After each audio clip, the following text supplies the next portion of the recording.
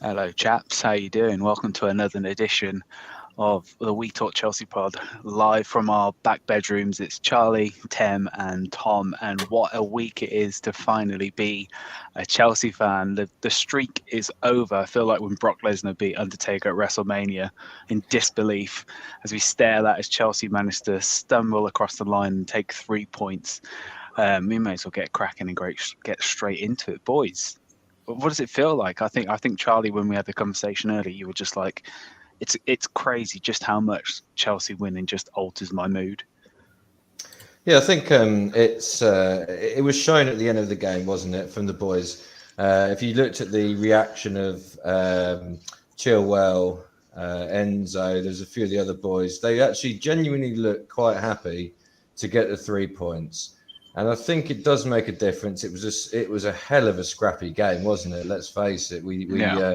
We just got ourselves over the line, but ultimately 3 points is 3 points. Let's see what we can do. Let's see what we can do, against Dortmund, and let's see what we can do next week against Leicester, and so on. Yeah, well, let's touch upon how we actually the game itself. It was a revert to the how we started out lined up at the start of the season. Chelsea going three at the back, and I feel like the way things are, I know we have an overabundance of attacking players, but we just look more stable as a back three. Well, I mean, what do you say to that, Tim? Do you think we stick to the back three going forward, or is it back four? Where do you feel that the best interest lies for Chelsea going forward? For the meantime, I think the back three definitely suits us. You can see we play through our wing backs quite a lot for creativity and defending as a unit. I think we defend better in tight spaces, which a three at the back accommodates. Your three centre backs, if one of them makes an error, the other one can cover for each other. When we're defending as a four, I feel like the pitch is quite stretched, so you need players who can defend in space, defend up the halfway line, 1v1 if they need to. You've seen it with teams like Man City, Liverpool, where Van Dijk or Laporte can be left 1v1 and they'll, cut things out straight away. I don't think we're quite ready for that. I see our fullbacks 1v1 defensively, they're not that great, and neither are our centre backs. You see Koulibaly give away a lot of fouls. So I think with a three and a two-man midfield, it sort of shortens up the gaps that players can get into, and our centre backs can step out and win the ball early if they need to. So yeah, I think a three at the back four now would help us defensively. It may hinder us a bit offensively, maybe moving the ball quite quickly, but yeah, defensively, I think that it definitely helps us. Well, you could argue that it doesn't help us offensively, but we actually managed to put the ball in the back of the net for the first time in 600 minutes. And we're playing a back three. I think one of the things I noticed a lot in this game in the early stages, how much room Ben Chilwell had on that left side. It was staggering. It reminded me of like Ivanovic at Chelsea. He'd always be like bombing forward on the right side like 5-6 years ago. And he had so much room, so many opportunities. Enzo's trying to spray crossfield passes to him, and he had a fair few opportunities to try and get Chelsea up ahead. And it just shows to me just how important those wing backs are. But I think for me, I don't know about you guys, but for me, the man of the match making his first appearance, first start for Chelsea, I think since August time, having to replace Thiago Silva last week, but Wesley Fofana for me was absolutely incredible. Charlie, I know you mentioned that you were quite impressed by his performance. Yeah, I think he came on the other week, didn't he? And he looked pretty assured of himself. I mean, to be honest, I've never seen him since he's played for Chelsea have a bad game. The only thing is he's never really played. That's been the problem. And obviously today he has played.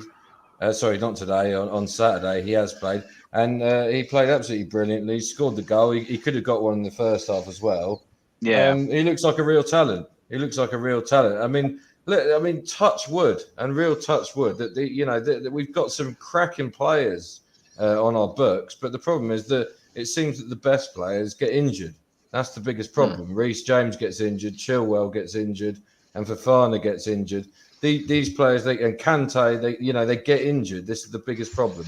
So let's just hope, fingers crossed, that Wes Fofana, doesn't get injured like he has this season, because he looked the real deal. He really did on Saturday, and he's playing alongside some Koulibaly, who's a really experienced player, and he looked like he was telling him what to do. Yeah, and I think for me as well, Koulibaly in the game, on Saturday was actually quite solid. I mean, short of the Cruyff turn to Cruyff turn he tried to do with Kepa spared his blushes, I thought he looked pretty self-assured in that defensive view, especially playing the role that Thiago Silva would play. And I think he kind of took it on. And so this is my opportunity to kind of showcase myself with Badiashile to my left, Wesley Fofana, both players that are underage at 23 years old. He looks solid, he looks strong. He kind of looked like the player that we thought that we were buying in the summer. Just the performances haven't actually mirrored up. But yeah, Wesley Fofana, absolutely incredible. It's absolutely electric tempo. I mean, what do you feel about, Wesley Fofana's first proper appearance? We're finally seeing a return of the money, the investment's been put in. He's getting a vital 3 points for Chelsea. Yeah, well, I agree. Echo what pretty much Charlie said. I thought he was excellent. The bits on the ball he did defensively, he was excellent. Aerially, he offers us something that I think we've missed since Rudiger. So yeah, I definitely think he played the part, and we're starting to see what he's about, really. Absolutely. I mean, let's delve in a little bit further. So we all watched the game on Saturday. We all made sure that we took our notes. Just the key things we want to take away. So we know that 3 at the back is definitely something I think we'd all like to see going forward. But I felt Badiashile was continued to be that solid presence in the centre back position. I mean, crossfield pass. I don't know if you remember in the first half, I think he sprayed that ball really wide to Ruben Loftus-Cheek on the right, and I didn't expect it. I didn't even realise he had it in his arsenal. It just goes to show that we've got defenders at the back that's able to play out and try and find those wing backs in those wide positions. I think one of the things I wanted to touch upon was Enzo Fernandez. I know, Charlie, you have a theory that Chelsea buy players and then they become crap. I think Enzo had a good start in the Chelsea shirt, but I think that's because we've had nothing to compare it to, really. But how do you feel like Enzo has performed in the last few weeks? Is he living up to the billing? Do you think it's something that's going to get better? How do you feel? It's not up to it yet, is he? I mean, that's the thing. He's not up to it yet. There's no doubt about that. It is the problem. It's an ongoing circus. Is that we buy these players and on the whole, especially the big weighted ones, they don't tend to turn out how we want them to.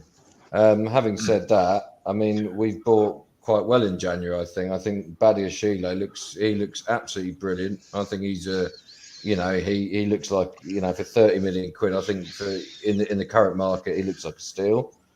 I think Chilwell's pretty good bang for his buck. But Fofana, I mean, for 80 million quid, let's see, it's probably about value for money.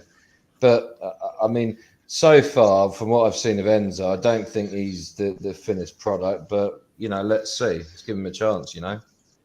The problem is when you spend 106 million pound on a player, you expect that guy to walk in and become, be Zinedine Zidane, don't you? Yeah, I think that's one of. I'm not being funny, without let's be frank about it. If you spend that sort of money on a player, the same with Mudryk, you expect them to be good, don't you? And you expect them to be able to walk into the team and just get on with it, And so far, he's sort of done all right, but he's not been a Rudy Hullet or something, He's not been like a bit on end all, Yeah, and I think we've kind of created a rod for our own back, really, investing all that money into these younger players.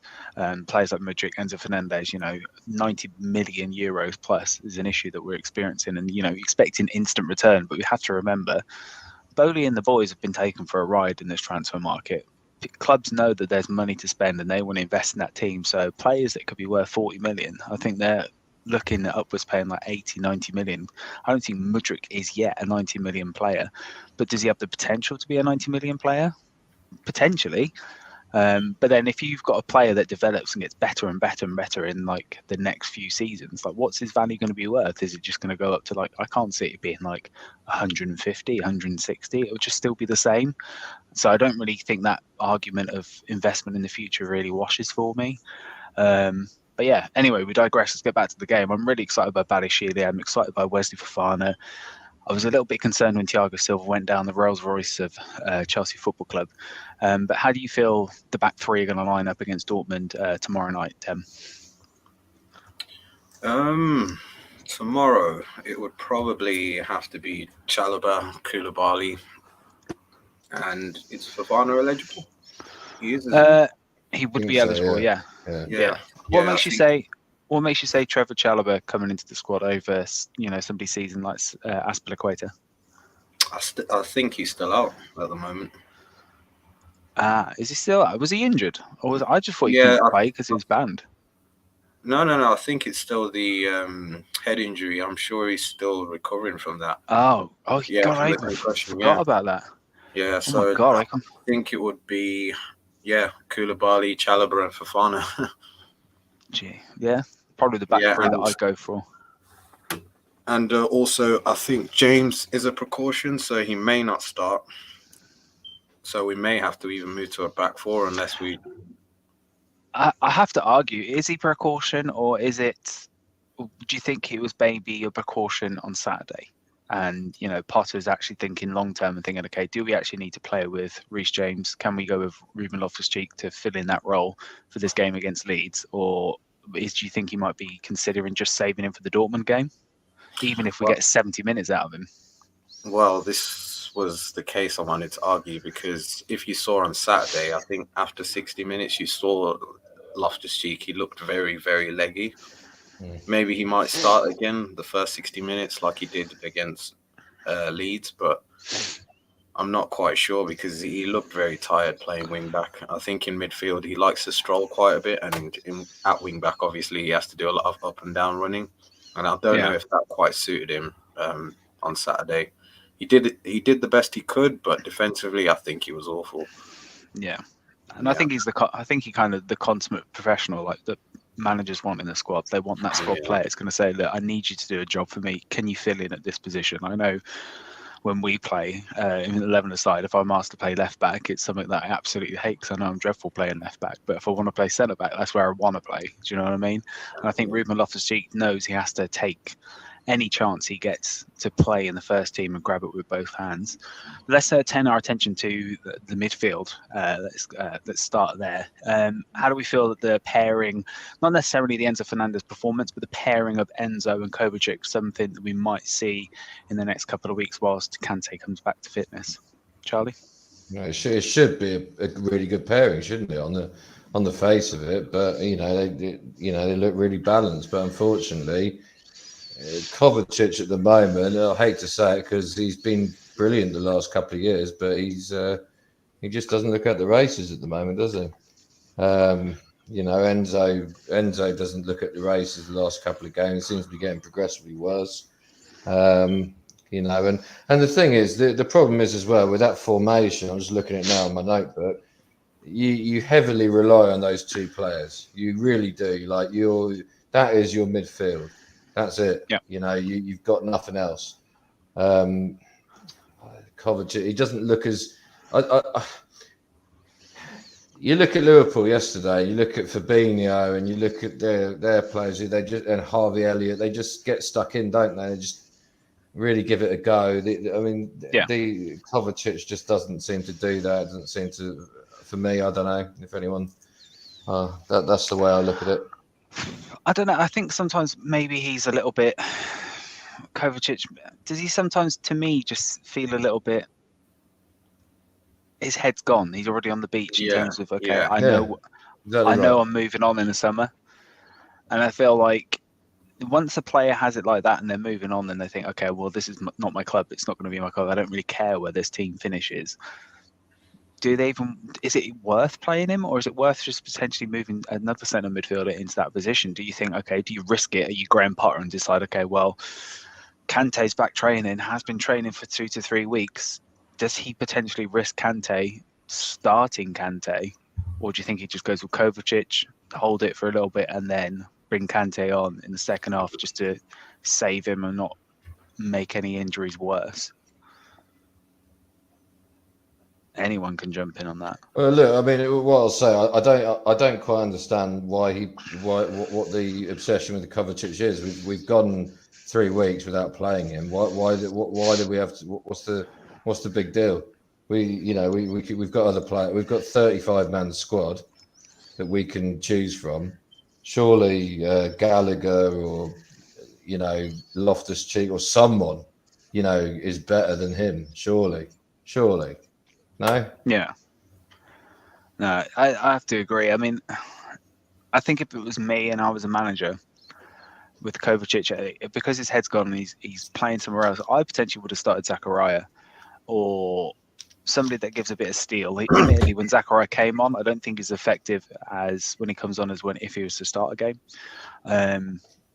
But yeah, the midfield, it's a tricky one. Gallagher, even when we had Chukwuemeka on the bench. Gallagher, when he came on, I even put on my notes here.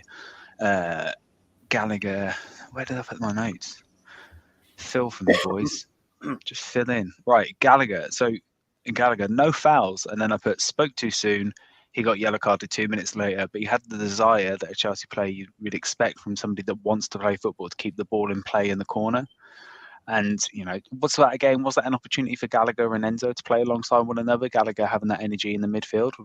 Temba, do you think it would have been an opportunity for Temba, for not for Temba? I mean, if you want to play, you can do. I wouldn't mind you in the middle of the park. Let's face it, Tem. In terms of Gallagher, personally, just not for me. I think he needs two players who are a bit more defensive minded than him. When he's on the transition in terms of defensively, he tends to give away a lot of fouls, gets booked quite easily. He's not very comfortable on the ball, just receiving from deep positions either. He's another player I think who works better without the ball. Yeah, and we've got kind of too many players who are in that sort of advanced midfield position. I think we definitely need another defensive, strong-minded player. Yeah, I think so, and I think it's a tricky one because we spent so much money, and it's very easy to say we need to spend some more money, but we need to figure out what we're going to do with the players that we currently have. Let's move away from midfield and let's go to the attackers. So we lined up with Sterling and João Felix either side of everyone's favourite Kai Havertz. I felt Felix was exceptional. He gave something different to Chelsea that we haven't seen, and I genuinely believe it since Eden Hazard left. Just in terms of like the trickery and the flicks, anything along those lines. I put outside of the boot through balls, going for the acrobatic overhead kick, flick passes onto Chilwell, hit the bar, and that shot with the bar, that cut back in from Sterling, and he just waited on the edge of the box, did the whole Frank Lampard arriving late. So close to giving Chelsea the lead in the first half, and how that would have changed. It would have been interesting to see how different it would have been if that goal had gone in and how Chelsea would have reacted scoring so early.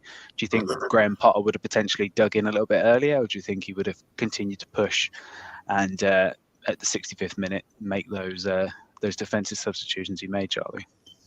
I think, Felix is a cracking player, but the bottom line is he's not our player yet, so let's not get too excited about it. But he is our player now. He is our player now. He is our player now, but he's not that great. I mean, everyone's getting a bit excited about this player. He's not that great, is he? He didn't score that. He hit the bar. He didn't score. You can laugh. You can laugh about it. But the point is, he didn't score that goal. He didn't score against Dortmund, and he's scored one goal since he's been here. So he's not a prolific goal scorer, is he?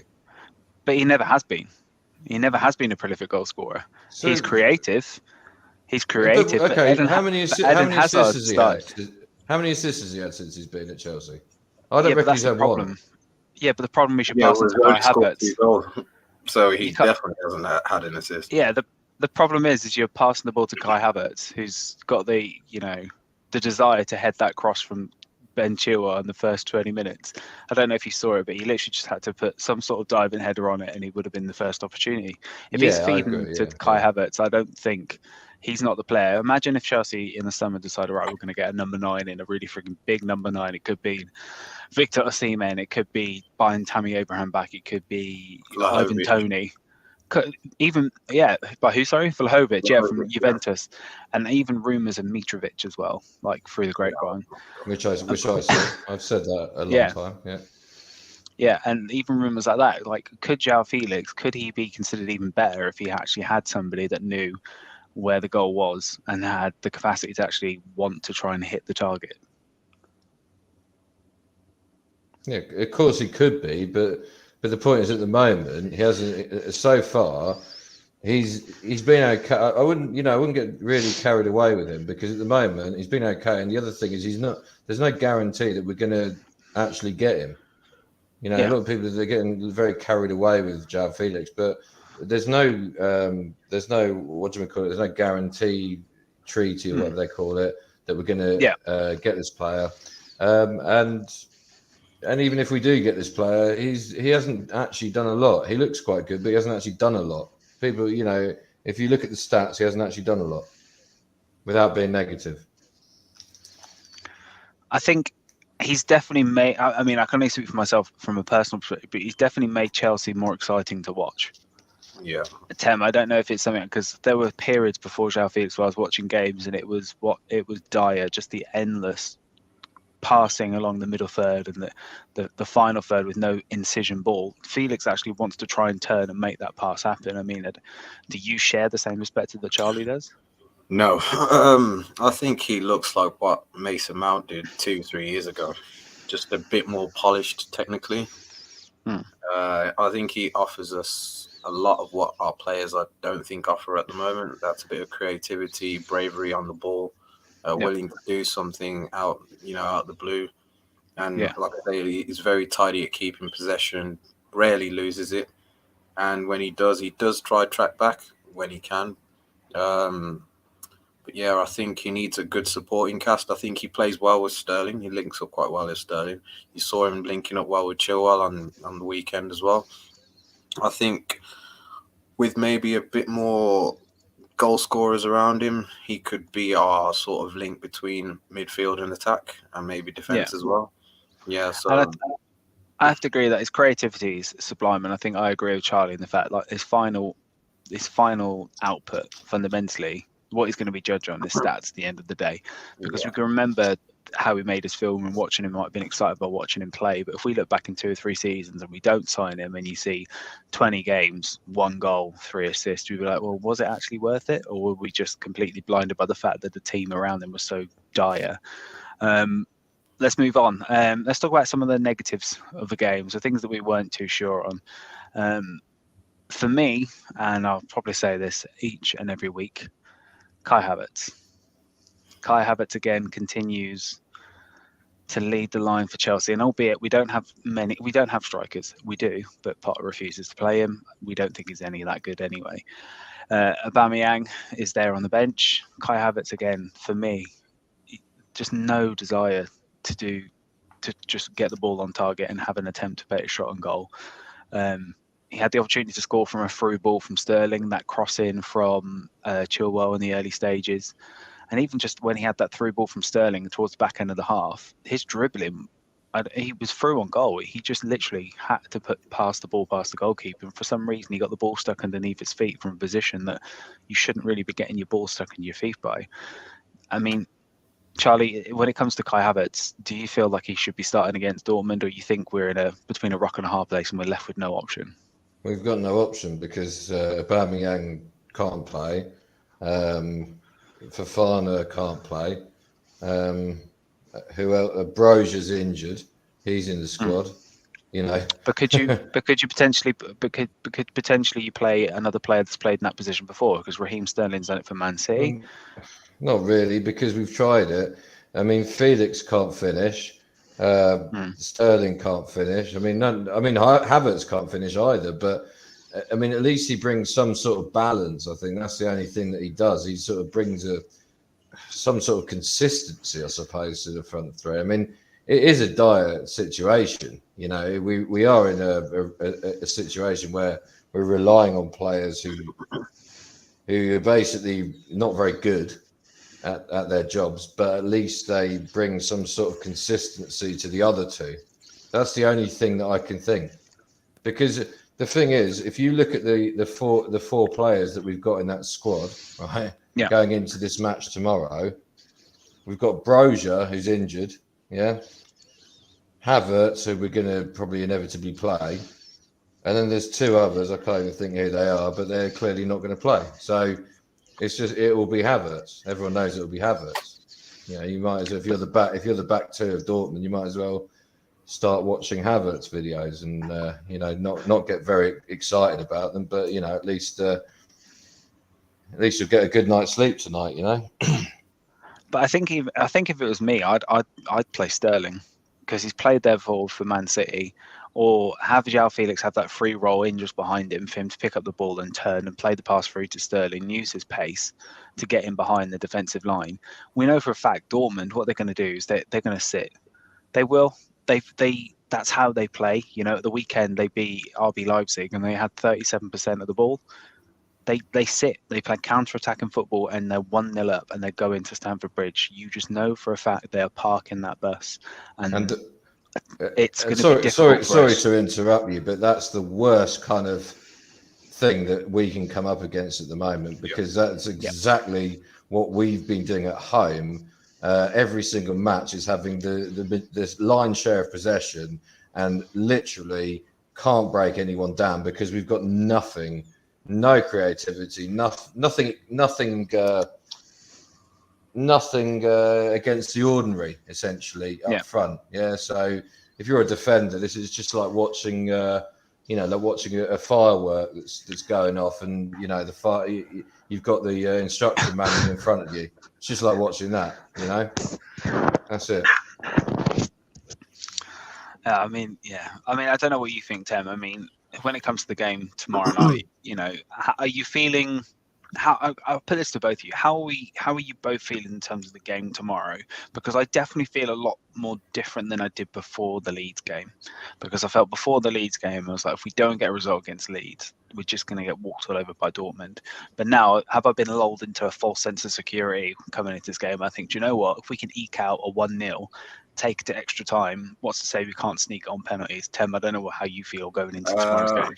I think we definitely need to score the first goal, hopefully from a set piece. I think because of this back three now, we'll play an extra centre-back.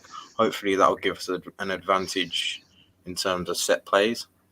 So, well, like you've seen at the weekend, we won quite a few corners. I think that's the best way for us to score at the moment. I don't think we would, unless maybe a Sterling chance. Otherwise, I can't really see anyone really getting behind that Dortmund defence and causing any problems.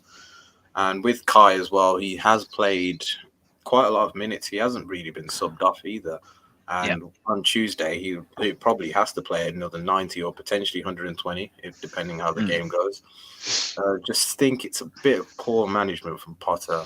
He should probably try give Aubameyang some minutes, especially against Leeds. I think he went too defensive too early. Did he bring two of the wingers off in the 60th minute? In the 60th minute, and I genuinely think he was just thinking, you know, about Tuesday when it came to that, because I thought it was a very bizarre decision. I think we both said it's a bizarre, but 60th minute, both wingers going off. It wasn't what we expected, was it? No. I think that's way too early to sort of shut up shop. If we were 2-0 up, like, you know, the Mourinho days, you know, the game's over, everyone can relax, you can take out your popcorn and just see the game out. But yes, on the weekend, I didn't feel like it was the sort of game we definitely knew we were going to win. I thought that was a very bold move. If it had, you know, not worked out, that would have been all on him. Yeah. And I thought he didn't use the bench quite correctly. Maybe in the 80th minute is when you sort of do that shut up shop and go counter-attack. But 60th minute, the game is nowhere near done. We've seen it for many, many years in our bad seasons where we think 1-0 is a safe result and then the opposition just come and score and then it's 1-1. You know, you saw it with Spurs as well when he tried to bring on attacking substitutions. It was 1-0 till the 80th minute. He tries to bring them on and then it's already 2-0 at that point. So, Tuesday, I think we definitely need to score first. If we score first, it's really all about trying to get that second and see how the manager can actually make us win. Yeah, I think we're definitely with the counter-attacking of Borussia Dortmund. I'm fairly certain that we're going to go through at the back. I'd be very surprised if we went for at the back, which leaves us exposed. Yes, it gives you an extra man in the attack, but you know what we ideally need to use is we need to utilize our width, and our width is Chilwell and And Reece James, we need that width. We need those players to be attacking. Reece James is much better. He's great going forwards and he's great defensively, but his offensive play is integral to Chelsea. It really is, because he's able to bomb forward. But yeah, it's going to be a tricky situation. I mean, what do you feel? How do you think it's going to go? Do you think we're going to just nick it? Do you think it's going to go to extra time? Do you think it's going to go to penalties? Do you think Charlie's going to have a heart attack? What do you think is going to happen to him? I would hope for us to win it in 90 minutes. I don't think it's a game that will go to extra time, to be honest. I think we will have a winner in 90 minutes. I hope that's us. I hope we do get the second goal and make them come out of their, defensive structure. But if I'm being honest, I do see a 1-1. Just from the way the season's gone so far, I do think they will score first, or maybe we'll score first, and they'll score off a set play or just lapse of concentration. I still see many, many times with this team, I don't think we're solid enough to keep clean sheets and go for it and score goals. I think we're still trying to work it out, and I think Dortmund's just a big test. I mean, they've won 10 games in a row unbeaten. It's not even unbeaten; they've won every game. Yeah, well, they haven't dropped any points or any games in the cup or domestically in the league. Are they top of the league? Nah, of course not. It's Bayern Munich probably. I haven't even looked at the Bundesliga. I don't really care. I know Union Berlin was there. Let me just have a look. I'll have a look. But basically they're in the top 4, top 3, whatever. Yeah. Let's have a look. Probably. Nah, Bayern's still top. They're equal on points with Bayern. Borussia Dortmund, yeah. I mean, I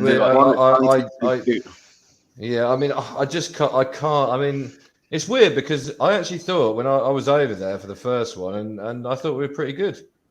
I mean, we actually played. We were actually okay, but we probably deserved more than we got. Yeah, we deserved more than we got. Good. Yeah, but I think overall we probably deserved a draw out of that. I think I don't think we deserve to lose that, and I don't know. Who knows what's going to happen? But I just got a funny feeling. I mean, it's the biggest. It's a huge match for Potter. It's huge because if he can win this one or get through, let's put it that way. If he can get through the leg, the rest of the season is it doesn't really matter, does it? If he can sort of climb up the table a little bit, get to 8th or something like that, and I think the fans will be a bit more behind him. I think he has had a rough ride. I've been very critical of him. You've been very, very critical. Yes, very critical. For the people that haven't, the people that are watching this now, we've done 3 trial beta runs of this podcast, and everything just descended into Charlie getting very, very angry about Graham Potter, and it's probably at the wrong time as well. But it's nice to see you actually have that other flip of the coin. To be fair, Do you know what it was, right? Let me tell you something, right? Liverpool yesterday, they won this match against Man United. They're 5th now, and they're 3 points behind Tottenham, and they've got a game in hand on Tottenham. So basically, they're essentially level with Tottenham, providing they win their game in hand. And when we play Liverpool, which was 4 weeks ago, something like that, 6 weeks ago maximum, I think we were about level on points with them. So look, if we can just go on a run, if we can just get a few wins behind us, things will change. We will overtake the Fulhams and the Brentfords of this world. We will overtake the Brightons. We will overtake these ones. I'm not saying we're going to get top 4, but I think that we'll get a respectable position in the table, providing that we go on a run and win the games that we should win. That's the key. It's winning the games that we should win. It's not about beating Arsenal away. It's about winning the games that we should win. That's what it's about, And we've got the next run of games are games that we should be picking up points in. Leicester away. Leicester away. We should be. They are very hit and miss. Sometimes Leicester can turn up and they can do over Tottenham, but Leicester at the moment very poor. Everton at home, Villa at home. in my head, we should be trying to take 9 points from that game. Not in a, oh yeah, it'd be good if we could, but there's no harm to say that we can't, because their form is so patchy.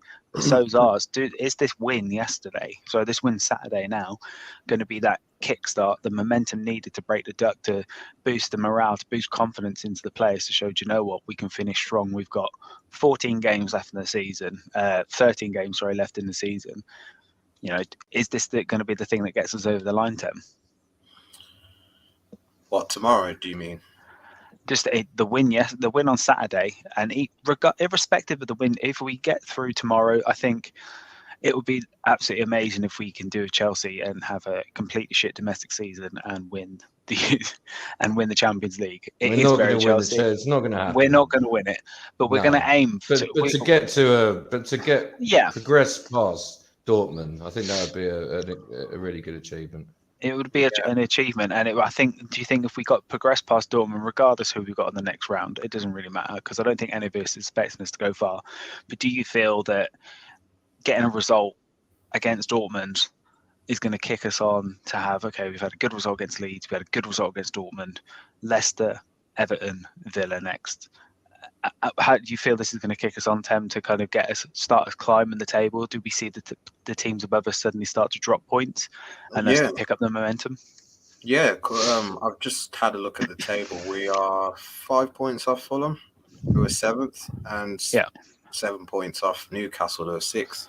So if you think about it, if we win all of our games, they may lose a couple. Maybe they've got Man United, they've got Forest away. So if they drop points there, who's to say we're not within 5 or less points with them, to be honest? And, you know, we'll start looking at maybe getting even 5th at that point if we pick up our form now till the end of the season. And, you know, everything will sort of be erased. Europa League football, I think it wouldn't be the worst thing for the size of the squad we have, because I think it's unrealistic to think we'll get rid of more than 11 players this summer. Yeah. I think we'll still have to deal with players we have, some on loan and whatnot. So, yeah, with the squad this size, it might be best to get some form of Europe, to give players some minutes, you know, not to keep the squad unhappy, because playing once a week is going to be detrimental, I think, for a squad this size, unless we really did get a lot of outgoings in the summer, which I can't see with the sizable wages that most of our players are on. I don't see any suitable offers for every single player we want gone to actually be gone. Yeah. I mean, I can see we do play a lot of teams in and around that. We've got games against, you know, Brentford. That's one of those, you know, that's a 6-pointer, as it were, because I think that's going to be very, very valuable for us. But let's just put a number on it. Charlie, where do you realistically see Chelsea end up this season? We currently sit in 10th. We're level on Villa. Let's just ignore the fact that we're level on points with Villa and just look directly at what we have in front of us. Where do you think realistically we can end up this season? It's very hit and miss, isn't it? It's very, you know, who knows? I mean, it could be anything. I mean, if we lose tomorrow and we lose against Leicester, we could be 11th. I don't think we'll be a lot less than 11th. To be honest, I think us, Crystal Palace and Villa are in the middle at the moment. We're in this sort of mix where we sort of lose games, win games, this, that, and the other. Having said that, if we can beat or get past Dortmund, beat Leicester, beat Villa, beat Everton, you know, and you know, and go on some sort of run, yeah, by all means, we could probably. I think as it is right now, 7th would be a really respectable position as to where we are right now, behind Newcastle and Tottenham and Liverpool. You know, I have to say, I think aiming for 6th, aiming for 7th, I think is good. If we can try and get into a 6th place position, considering where we were 1 week ago, where all three of us just felt like, when does the project start? When do things start to turn? When does the momentum begin? Like, I think if we achieve 7th, I think, do you know what? From the position we're in, we've probably overachieved, and we've got to a position that we probably don't deserve to be in. But we've found our form at the right time. Temba, where do you feel like we're going to finish this season? Do you think we're going to get the Conference League? Do you think we're going to be the first club to have the Conference League, the Europa League, and the Champions League all in our back locker? Sorry, say that question again. Where do you think we're going to finish this season? Do you think we're going to get finished into 7th, go into the Conference League and become the first team to win the Conference League, the Europa League and the Champions League? Depends who the manager is, I think, where we finish. I would probably go for 9th at the moment. So do you realistically think now we're still going to finish in 9th position? Yeah, if we can't solve our goal scoring problem now, I don't see where the wins come in. Especially, we've got quite a lot of big games towards the end of the season. I think we still have Liverpool, Arsenal, Newcastle, Man City to play. So we've got Liverpool. We've got Liverpool at home at the start of April. April's quite a big month for us because we've got the 6-pointer, the doubleheader with Brighton at home, Man United away, and then we've got Brentford at home, Arsenal away, Bournemouth away, Nottingham Forest at home, City away, and then probably potentially is going to be a big game, the last game of the season. It's probably going to might be one of the big games on Match of the Day is Chelsea v Newcastle to see who gets to Europe and see who gets a decent position in there. But I think, I would hope for us to get 7th. I think that's very, very achievable. I think as a position, I think we could leapfrog some of the players. Some of the teams, I think we can leapfrog, Brighton and Brentford. Because if we get results against Brighton and Brentford, they will drop points. We're going to drop points. But I feel like if we can get the results against them, that's going to go in our favour. I mean, the thing is, we sit here now, and we talk about all this. I mean, look, I'm not trying to sort of be all negative about it, but the thing is, we sit here like we've just beaten Leeds 1-0, right, with a corner kick, with some goal from a corner kick, right. Leeds nearly equalised, right? At least, in the last 20 minutes, we're really under the cosh. We haven't really come out of the woods yet, right? So we need to be a little bit cautious. I mean, when I said about, we're going to be this and the other, that was a really good, that's if I had a good dream. But if I have a bad dream or a sort of average dream, I think, to be honest with you, tomorrow is such a big game. It really is, because I think it will really show, have we turned a corner? I think tomorrow is really huge. I really do. I really think there's a lot riding this game. Have we turned a corner, or are we just going to roll around like we were before and just sort of, play good for 20 minutes and then sort of roll around? Because you've got to remember that the thing is, Dortmund are way better than Leeds. Leeds are a relegation side. We should be beating them, even if we're in mid-table. So even if you're Aston Villa, you would expect to beat Leeds at home, right? And you'd expect to beat them by more than 1 goal. That's a fact, right? And we're rubbing shoulders at the moment with Aston Villa and Crystal Palace in the table. So let's not get too excited about it. It's nice. We've got 3 points. Yeah, that's nice. Yeah, brilliant. But tomorrow is a big, big game. It's huge. And we really need to turn up for that one. If we can turn up for that one, I will be, I wouldn't say I'll be turned, but I'll be Potter. Potter mid. Potter. Potter mid. It's like having a coffin on your 2 hands and sort of, knowing, do we drop him or do we do this? Sort of hang like it by the handles, something like that. All right, so quick fire on that, boys, before we move on to tonight's talking point. So, Charlie, prediction for tomorrow. What's the score? It could really be anything, but I think it's going to be 1-0 to Chelsea, and then I think it's anyone's game, and that'll be me. And Tem, you think it's going to be 1-0 or 1-0 to 1-0 to Dortmund or a draw? No. Let's go positive. 2-1 Chelsea. You think we're going to score 2 goals? I respect that. I respect that positivity. 2 goals for a long time. I'm going to go with. I think it's going to be 1-0 Chelsea. I think we go to extra time, and I think if it gets to penalties, I think we might eke it. I think we might get through completely undeservedly as well. But I think we will play well. But have you seen who our penalty taker is? Yeah, it's. I've no idea. I've no idea. It's not bad actually. Reece James, no, Kai Havertz. It's Kai Havertz who's our main penalty taker. He doesn't miss though. He's never. I don't think he's missed. He did. Don't you remember was it World Club Cup final? He took the first penalty, and it was a very lethargic penalty. Classic Kai Havertz. Don't worry, Kepa Arrizabalaga is going to take it, so it's all right. Yeah. Well, yeah, he might be a penalty taker, but what's to say? Like Reece James and Ben Chilwell, they might be like, all right, we're going up first. Like I wouldn't put it past them to be some of the first players that decide to go forward. Like Enzo Fernandez probably did. So you never know. He might not fancy it.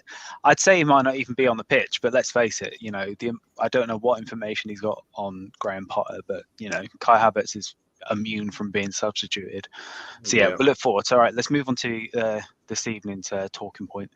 And we're going to throw this open to people in the comments. I can see that Dale has been commenting, and we've got a few messages. So really appreciate you getting involved. It really helps. So today's talking about was brought Tem. I think it was your idea to go with this. So if you want to lead it, the talking point for this evening, and then we'll all present who we feel is going to be the player in question. Okay, so tonight's talking point was Chelsea's most underrated player. Is it currently or of all time? It could be both. You could pick one for each if you want, or you could just do one now. Let's go all time. All time.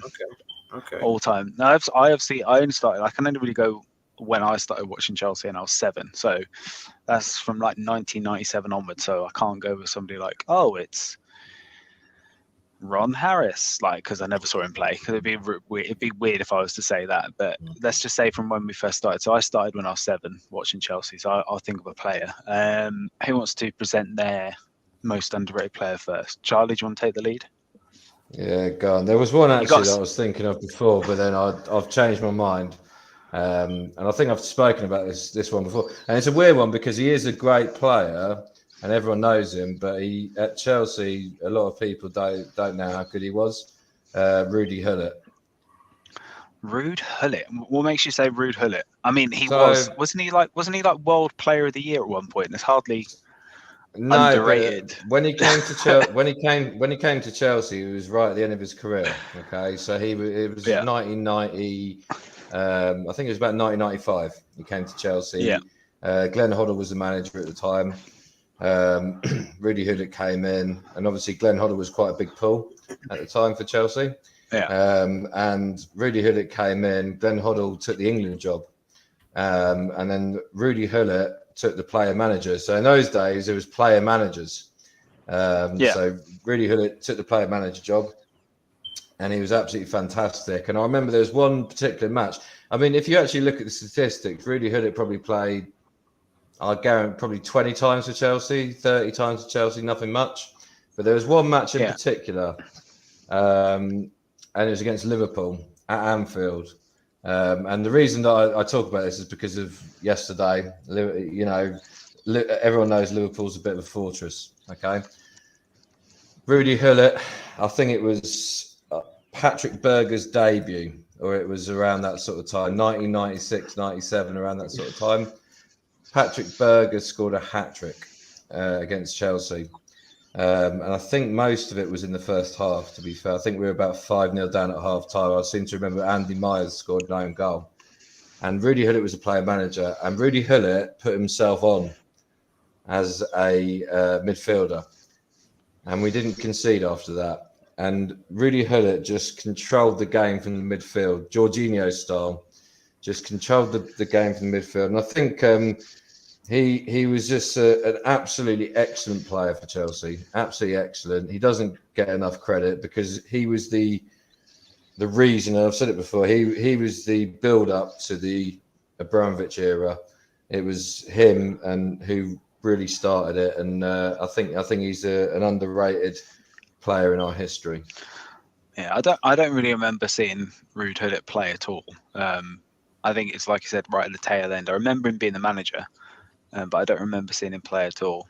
But yeah, it's good that you've gone for former Ballon d'Or winner Ruud Hullet as being the most underrated Chelsea player. Yeah, but you can say that. But it was about what his influence at Chelsea as a player, not as a manager. Okay, as a player. So as underrated impact at Chelsea, like a player that had an underrated impact at Chelsea that often. Yeah, like the knock-on effect. Yeah. The knock-on effect that the influence that he had as a person at Chelsea. Although that's probably not the right question. I've probably answered it. Probably kind of done a bit of a sideshow, haven't I? But it's that was that's how I want to answer the question. Fair enough. All right, let's throw it over. So, Tim, who do you think is the most underrated Chelsea player? Is it Frank Lampard? Oh, definitely not. JT? No, I've actually got 3 people I'd like to throw in. All right. Why don't you give me the 2 runners up? Give a brief overview of why they're runners up, and then give us the number 1. Okay. I know people. Someone's gonna hate me for saying this, but my first contender I'd actually say is Marcus Alonso. I feel like a lot of games he was very underrated. He did put in good performances against top wingers sometimes. I've seen him many a game when we've beaten Liverpool or, I don't know, Spurs or someone like Man United. He's shut down his winger quite very well, to be honest. And he's popped up with a goal or assist to win us the game. Maybe defensively it's not his strongest point, but 90 minutes, I do actually think he wasn't that bad. And when I see Chilwell receive the ball, I actually sort of miss Alonso. He used to be able to use sometimes his right foot, weaker foot, to ping a pass into like Pedro or Hazard, and it would get us out of pressure. When I see it now, I do kind of miss that about him. And he did have a lot of clutch moments, like I say. And the second player I will say is Azpilicueta. I think not so much from Chelsea fans, maybe so much from Chelsea fans of this era, who seem to think like, oh, he's washed, he's this and that, but they actually forget how good he was 1v1 defensively. You remember how Mourinho dislodged Ashley Cole in the 2013-14 season, and he said Azpilicueta is my left back going forward. You know, he got rid of Ashley Cole. Following season, we signed Felipe Luis, and still Azpilicueta was left back. You know, he managed to keep him out the team, and just his run ever since we signed him till about maybe 2019, I think he was the best defensive player in the league, to be honest. I think he was definitely a really cracking player to sign for. What was it? How much did we sign for? Like 9 million or something stupid. 6 million. That's insane. By today's standards, is insane. So who takes the lead? Who's the most underrated Chelsea player? Okay, number 1, I'll go for Branislav Ivanovic. I think from the Chelsea perspective, another one, I think he does get his praise, but from the outside, I don't ever see him come up across one of the best right backs / centre backs to ever play in this league, because he was a monster on his day. Aerially, up and down the pitch, he couldn't cross a ball very well, but tackling, anything else, you could pretty much, guarantee he'll give you a 9 out of 10. Even striking a ball, he was very good at. He could mix it up with the very best. He got into Suarez's head that he had to bite him. The only way he could really deal with him, because he was just that excellent. And you saw the first game when we really saw him was at Anfield away, Champions League. Popped up with 2 important goals. Yeah. Napoli, again, important goal. Benfica, and the final important goal. Yep. Title-winning seasons. He was, at the heart of it, scoring 3 or 4 goals a season. He was part of that circle with John Terry, Louise Cahill. He'd always chip in with goals, play wherever the manager asked him to play. And, I just think he was a great professional. Nice. Yeah, I think all 3 of those players definitely a contender. I think I've definitely felt I missed. I never thought I'd say it because you get so frustrated watching him like last season, but I have missed Marcus Alonso this season. Because you think with Chilwell out for injured for so long, Alonso would have been better than other options we have there. Isn't that right, Charlie? Yeah, without a doubt. And these players have, over the years have given us great service, and Marcus Alonso is, I always remember the goals at Tottenham. I mean, that alone he should be commended for. I mean, there's other ones that, Matic, Obi Mikel, there's so many of them. Ramirez, over the years that you could say were an underrated player. Yeah. Can I just throw one more in there as well? I think Charlie disagrees with Juan Mata. I think he was very loved at Chelsea, but when he left, that's one a great good season. I would say he had one good season. 2 good seasons. Two. Chelsea one or two good seasons. Yeah, but that was when we were in a downtide at the time, weren't we? I don't know. Can't remember what period we were in, but we weren't playing that well. We've won the Champions League, obviously. Yeah, but that was next year was the Europa League, and then he went off to Man United. Yeah, but we were in terms of the league, in terms of the average, Saturday that we were playing, he wasn't that great, and I don't know. I wasn't. He was a different kind of player that we were used to. Yeah. We were used to runners, weren't we? We were used to players who were running and taking on people. Mata wasn't really that sort of guy. He was more of a cut inside and across the ball. It kind of reminds me of Ziyech, He's that sort of player. He's not that exciting to watch. I think he was a bit better than Hakim Ziyech. Anyway, we digress. Further to some of the comments here. So George has gone with Victor Moses. Victor Moses. There was a season when that man was the precursor to what wing backs were. When Conte came over to England and decided to play Victor Moses, a man perennially just sent out on loan to many different clubs before then. All of a sudden, he just turned up and he looked like a complete world beater. Victor Moses is a cracking shout, I think. And then Willian, for fuck's sake. What are you on about with Willian for? What's wrong with Willian? You hate Willian, bro? No. I don't hate him, but I just don't think he was that amazing at Chelsea, personally. Are you on crack? He was incredible. Maybe. He was great for Chelsea. Really? He was great. I think the problem with William is he was playing on the right and you had Eden Hazard on the left.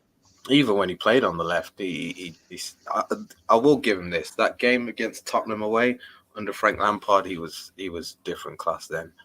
But even on the left, some games, especially when Hazard left, that Lampard season, he was still the same frustrating William, but he did up his game a bit. I will give him that. All right. I think he gave us good service. I think with the Victor Moses thing, I mean, that one season where, I don't know if you remember, we had that Arsenal away match and was it 3-0 down at half time? And Conte, I mean, he was pretty much on the ropes, wasn't he? I think he was 2 or 3 games from getting jogged on. And he just switched it over in that side. And I think we went on a 10-game unbeaten run after that. Yeah. I think we won 10 games in a row. Something like that. It was and we won the league. Yeah, and we won the league. Yeah. And that was all Victor. And Victor Moses was part, and Alonso as well was part. Yeah. It was integral to that formation. Awesome. Right, I'm gonna pick my underrated Chelsea player, and it's a little bit left field. I don't think many people will cover that, and I'd love to hear what people say in the comments. I think one of the most underrated players for Chelsea. Oh, Dale's just put a great shout in. He's put Ballack. Ballack was very underrated, I think, in the grand scheme of things. A fantastic player, but very underrated for his time at Chelsea, to the point where I now play Ballack's number for the 11-a-side team that we all play for. But yeah, Michael Ballack, what a player. Great shout, Dale. But for me, the most underrated player of all time is Hakim Ziyech. He is completely... Fuck off.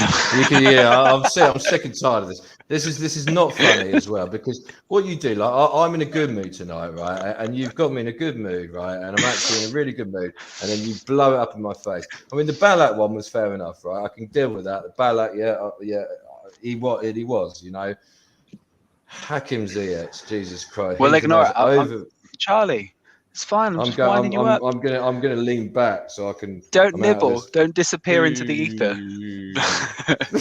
I'll be real. So a player that I thought was really, really underrated, because he came to Chelsea. He came to Chelsea at a time where I don't think many people expected Chelsea to sign him. And I remember initially when we were linked to this player, I was like, really? he's kind of like faded away a little bit. You know, I'll just have a look at his run here. He started off playing for some fantastic teams, played on loan for a few, but he played for City back when they weren't the City we know now and hate, Fenerbahce, and then Bolton Wanderers. For me, the most underrated Chelsea player Johnson is Nicholas Anelka. Yeah, he is. Yeah, probably is. Yeah, you're right. I think Nicholas Anelka. I think he had a very underrated impact when it came to Chelsea. Like he came in at a time. You are correct. You're very correct. But the thing is with Nicholas Anelka is because he's a job hopper. He will never be a Chelsea player, if that makes sense. But he was initially. But Chelsea was different.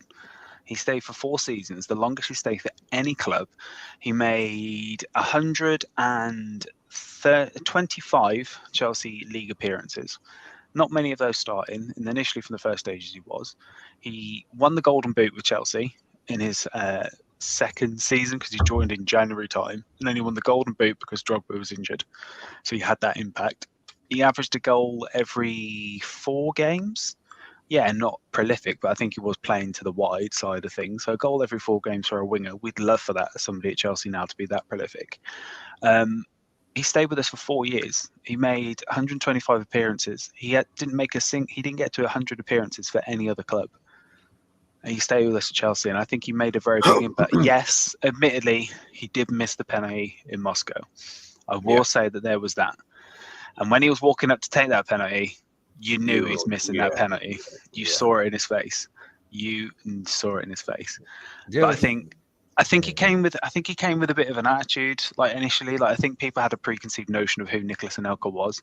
But at Chelsea, I think he had quite a significant impact as a player in terms of getting goals in and getting Chelsea to make appearances in finals and winning trophies. But yeah, that's my idea. Not too sure what people are saying in the shout, but let's have a look at the chat, what people are saying. Gary Cahill, great shout. Gary Cahill is the player that Chelsea signed when we should have signed Thiago Silva, because I stick by the fact that Thiago Silva is the Rolls Royce of Chelsea Football Club. But Gary Cahill, absolutely fantastic. I think he flies under the radar. He flies under the radar because of John Terry. And I think if we didn't have John Terry in the team and we had Gary Cahill, he could have been a bit like Terry. And we saw that a little bit when Terry left, and we had Cahill. We could have, but we will never know, Temba, will we? Yeah. Why do you hate Gary Cahill? I don't hate him. I just don't think individually he was that good of a player. I think he needed to. Do you think Terry dragged him? Do you think Terry dragged him? Terry dragged him from a 6 out of 10 to an 8 out of 10. Terry made everyone look better. That's just the bottom line, really. Just like Van Dijk does, he makes everyone around him look better. Okay. I do say that. Yeah. Other shout in the chats. We've got Arjen Robben. So Arjen Robben, yes, underrated for Chelsea at the time, but I think when he joined us, wasn't he injured a lot? And that's why we sold him. So he, we sold him to Real Madrid, I think, if I'm right. Like 25 million or something like that. Not even that much. I think it's about 18 million. It was really, really small amount of money, but we were very, very stacked out at the time. We had Duff. We just signed Wright Phillips. Joe Cole could play in that position as well. We had a lot of players in that position. And I think it was just like one of them. Like he was a cracking player, but again, you're right. He did get injured a lot at the time.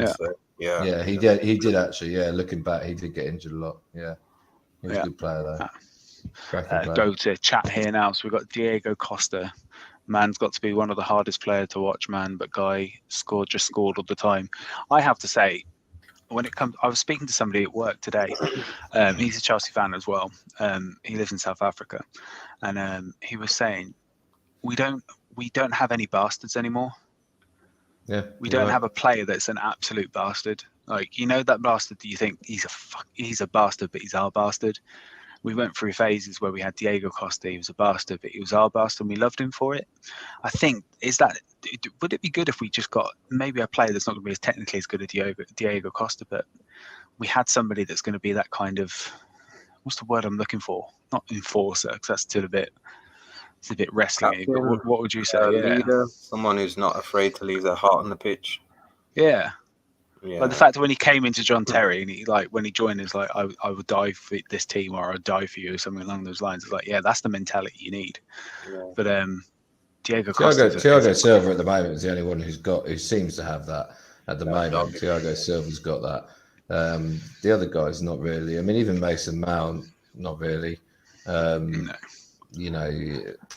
Yeah, you see dribs and drabs from Mason Mount and Havertz when they get into little scrappy fights, but on the whole, it's not. Yeah, I mean, I remember, John. If you think John Terry, even Carvalho would get, even Essien, even I mean Drogba definitely. Reece James is a good shout. Yeah, Reece James. He's solid. Again. He is, but he seems just too nice off the pitch. Like I had the impression that Diego Costa was kicking puppies off of it. Do you know what I mean? Like Reece James definitely isn't kicking puppies. He's fostering them and bringing them back to health. Okay, I don't buy it as a hard bastard kind of thing. Do you know what I mean? So, but yeah, no, I think chaps we're winding down here. We've been going for an hour and 5 minutes. So the big game tomorrow, we've got Borussia Dortmund. We might potentially get through. Hopefully we get through, and then at the weekend we got Leicester away.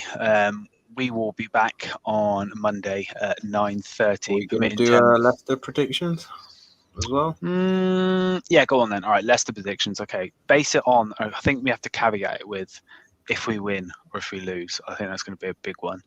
So let's just go on the basis that we win against Dortmund. Let's not win, but yeah, let's go on the basis we win at Dortmund. What would you say? What do you think? Leicester away? 2-0 Leicester. Wow.